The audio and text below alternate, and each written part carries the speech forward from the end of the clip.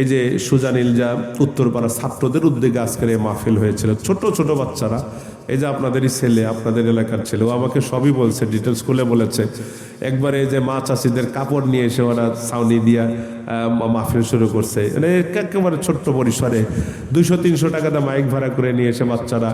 আগে আমরা দেখছি যে এই যে বিভিন্ন মাসে কি মানে এই যে খাইতো আর কি, চাউল উঠায়া রান্না করে খেত, তাই না, পিকনিক খেত, আরো কি যেন গ্রামের ভাষায় বলে, হ্যাঁ, জোলাবাতি এটা করতো আর কি, বুঝছেন কিনা? তো এইগুলা করতো ওরা। আজকে এত সুন্দর একটা জান্নাতের বাগানের ব্যবস্থা হয়েছে, আলহামদুলিল্লাহ বলেন।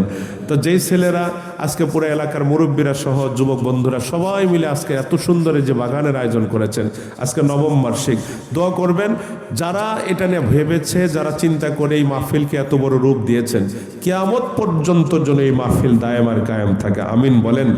এবং এই মাহফিলের পেছনে যারা গোড়াপত্তন করেছেন, যারা শুরুর থেকে ছিলেন, এখনো আছেন, অনেকে ইন্তেকাল করে চলে গেছেন, আল্লাহ সবাইকে যেন নিয়ামল বদল দান করেন। যতদিন এলাকা থাকবে, দুনিয়া থাকবে, এই যে এই ফুলের বাগান যেটা আপনারা, জান্নাতের বাগান যেটা আপনারা সূচনা করেছেন, এই বাগান যেন ধারাবাহিকভাবে চলতে থাকে, কোনো হিংসা বিদ্বেষ পরস্পরের ঠেলাঠেলি করে যেন বন্ধ না হয়ে যায়, অর্থের অভাবে যেন বন্ধ না হয়ে যায়। সবাই মিলেমিশে ইনশাল্লাহ মাহফিলটাকে দিন বা দিন আরো সুন্দর থেকে সুন্দর করার চেষ্টা করবেন। ওলামায়ে কেরাম এখানে আছে, ওলামায়ে কেরামদের পরামর্শে আহলে হক ওলামায়ে কেরামদেরকেই এখানে ইনভাইট করবেন দিনের কিছু কথা শোনানোর জন্য। কথা বোঝাচ্ছে? ভালো কিছু কথা যেন আপনারা শুনতে পারেন। আল্লাহ যেন আপনাদের এই মাহফিলকে কবুল করেন, আমিন, আল্লাহুম্মা আমিন।